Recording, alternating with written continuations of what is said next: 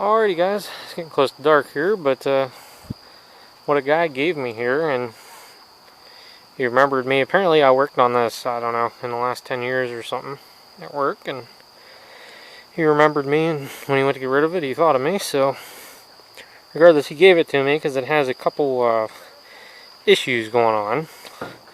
The number one issue, and probably the main big issue, the PTO lever doesn't do anything, and it quit mowing on the left hand side, which that I'm unsure of. That could be a couple different things. Could be the keyway, could be the shift fork is broke. It's just strange. I've never seen one do that. But otherwise, really nice shape, runs good.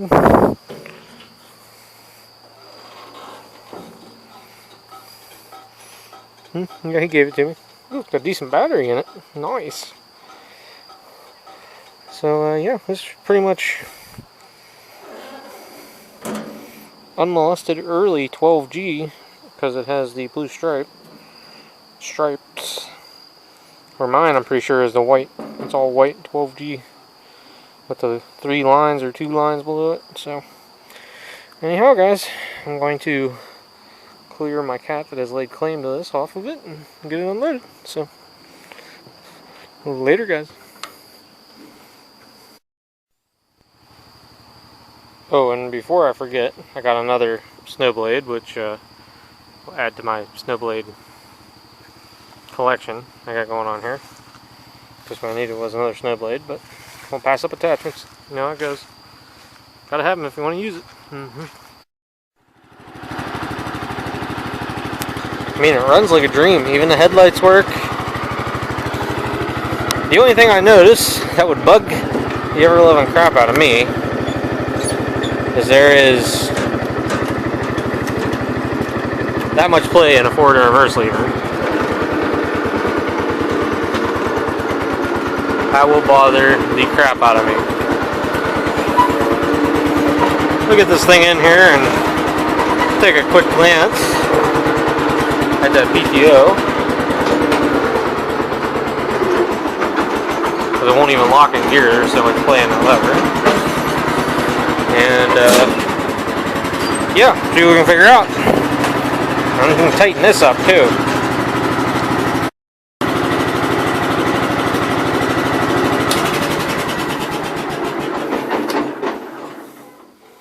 Sweet.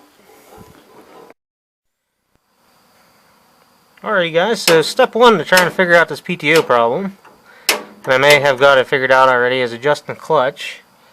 And actually, I don't think you guys can see it. Oh, yep, there you can. See the shiny spot up there? I bet you I adjusted that a good almost ½ an inch. So it was that far out of adjustment. Now be mindful, I have the cap off the top of the transmission. So now, let's come up here. There's enough play in there. A little bit more play would be better.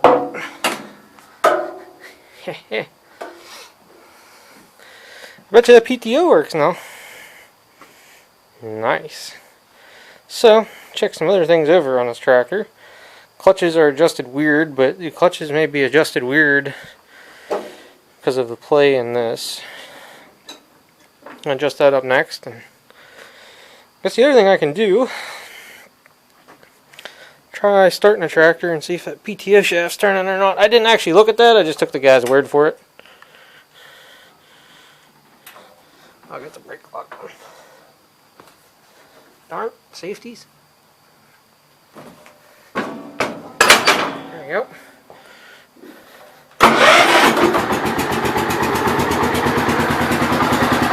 I don't know if I can see it. Well, you guys see it.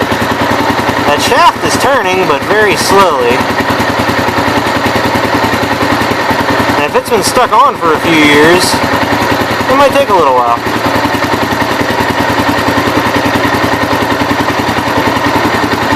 It's not turning a PTO speed, I'll tell you that. So I may or may not have that fixed. Let's I guess all I can do is put the drive shaft in it and see what happens, right? Right. Can't do that with it running though. And I'll put the oil cap back on the top of the transmission because that was the clearance I needed to get the rod to spin so I could adjust it. Oh, come on. On camera, it'll never go on. There you go. So, let me throw this drive shaft in and see what it does now. Maybe I should look at the deck on that side? I don't know. I'll get to it. Alrighty guys, moment of truth. Off camera I did tighten this handle up. Now it's not got that much play in it, instead of the absurd amount it had. And I also tightened up the deck belt, so...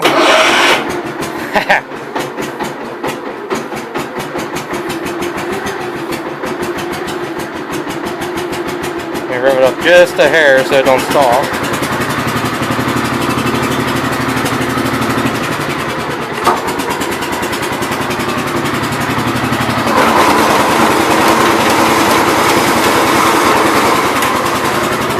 Sweet, we fixed it. Let's go out and mow with this thing. There's definitely a rattle to it or something. He said this left-hand spindle wasn't mowing. I still wonder if the belt was just absurdly loose. So, anyhow, I'm getting attacked by mosquitoes, and let's go try this thing.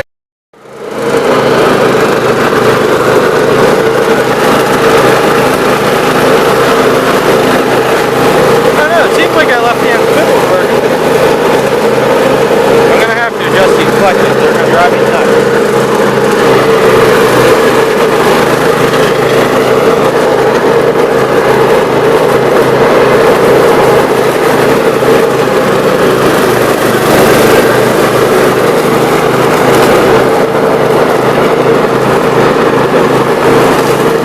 I mean, it seems like it's cutting on the left side of me. Let's go down here and find some higher grass.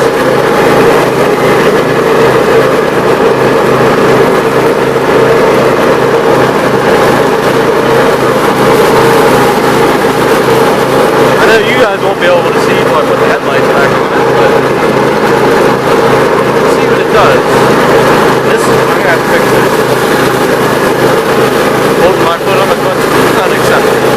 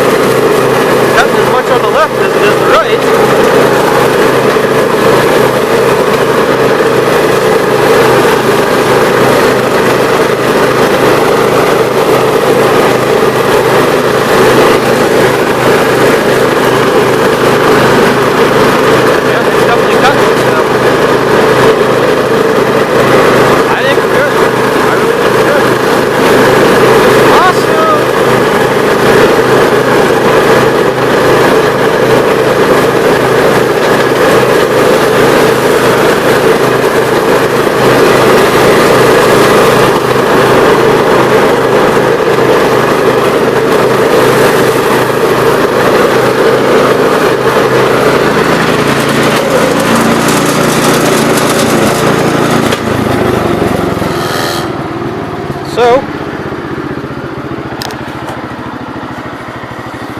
I am rather pleased with that.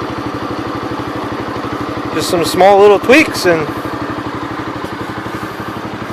this thing will be just about fully operational. It's really in awesome shape. So, alrighty guys, I guess thanks for watching. I was actually planning for this to be a full-on transmission teardown maybe, but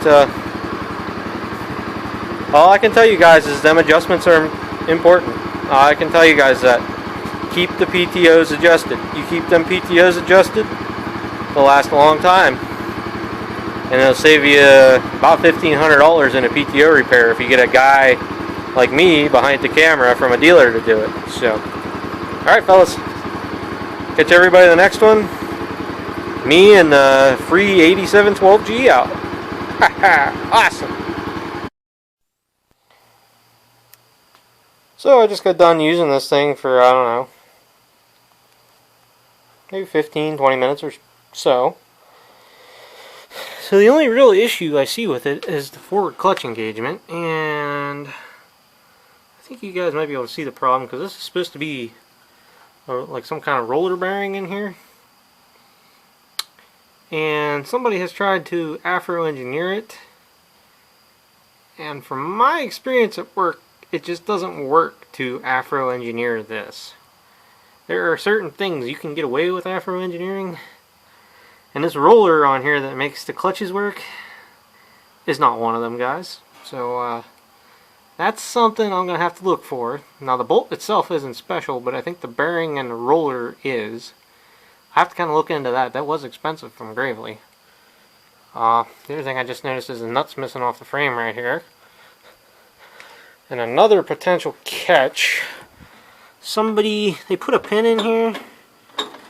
And I don't know if you guys can see the big cotter pin or whatever the heck kind of conglomeration I got going on in there. That is a cotter pin. Alright. But I think that's catching on the frame too, because it can turn and catch against the frame. So, but I think all the problem with the clutch not locking has to do with that roller back here for the shaft. It makes that whole shaft walk side to side, and that's what engages your clutches. So I think we get that fixed. I think we'll have a pretty nice tractor. At this point, since my other 12G refuses to run correctly, I may or may not just go rob the parts off of it and use this one. And that other one has annoyed the crap out of me. So, that being said, guys, that's going to be it for this one. Steve's yard side repairs. Took literally 12 seconds, and figured I'd do a little bit better video while I got some kind of light. But tractor definitely shows some hours. He did tell me it burns oil, which, you know, that is what it is. The tractor is 5 years older than I am. 5 years? Yeah, about 5 years, let's say. So this tractor is roughly 35 years old. Maybe 36. So, zero new complaints. She is no youngster anymore. So, anyhow. Later, guys. I gotta go unhook the truck from the trailer, and I'm going to Cool Springs tomorrow.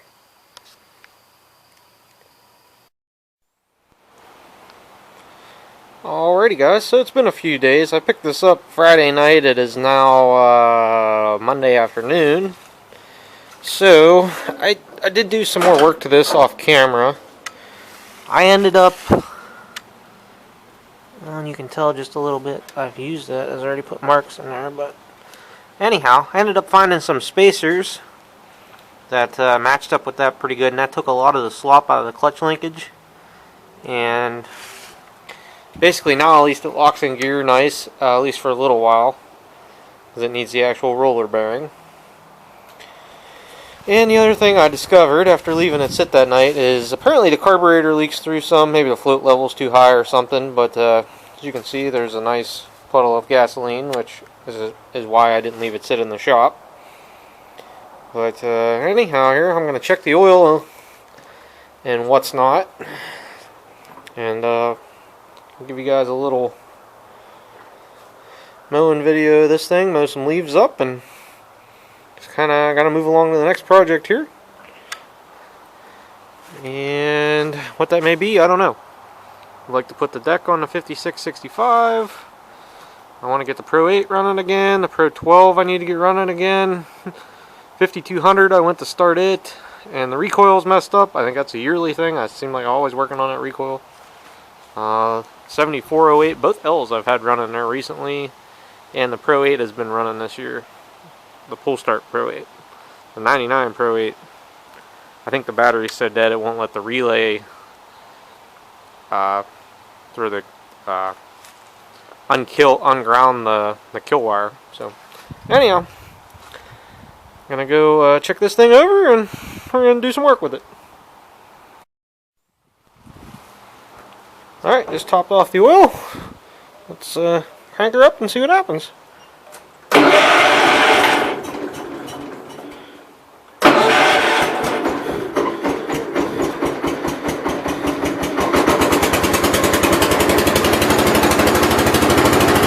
Proves to me that carb's leaking through. That was no joke.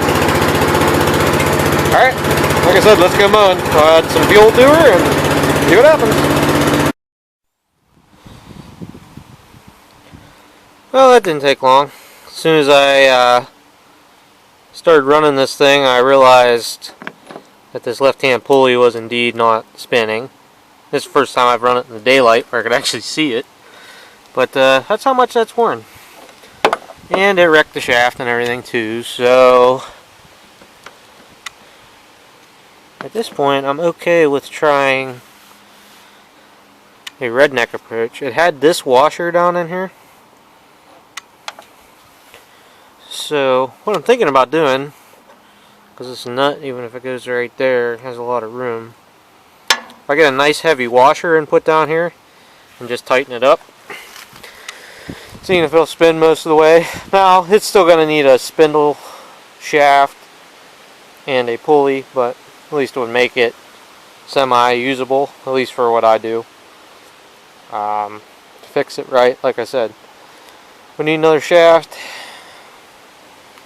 we need another pulley. And I don't have any spline pulleys, all I have are keyed, the older style stuff. So, alright, let me dig around here, see what I can come up with.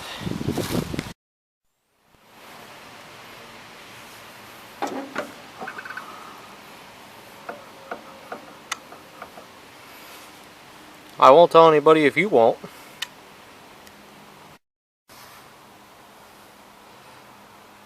And nobody knows. Alright. Now let's add some gas and get going.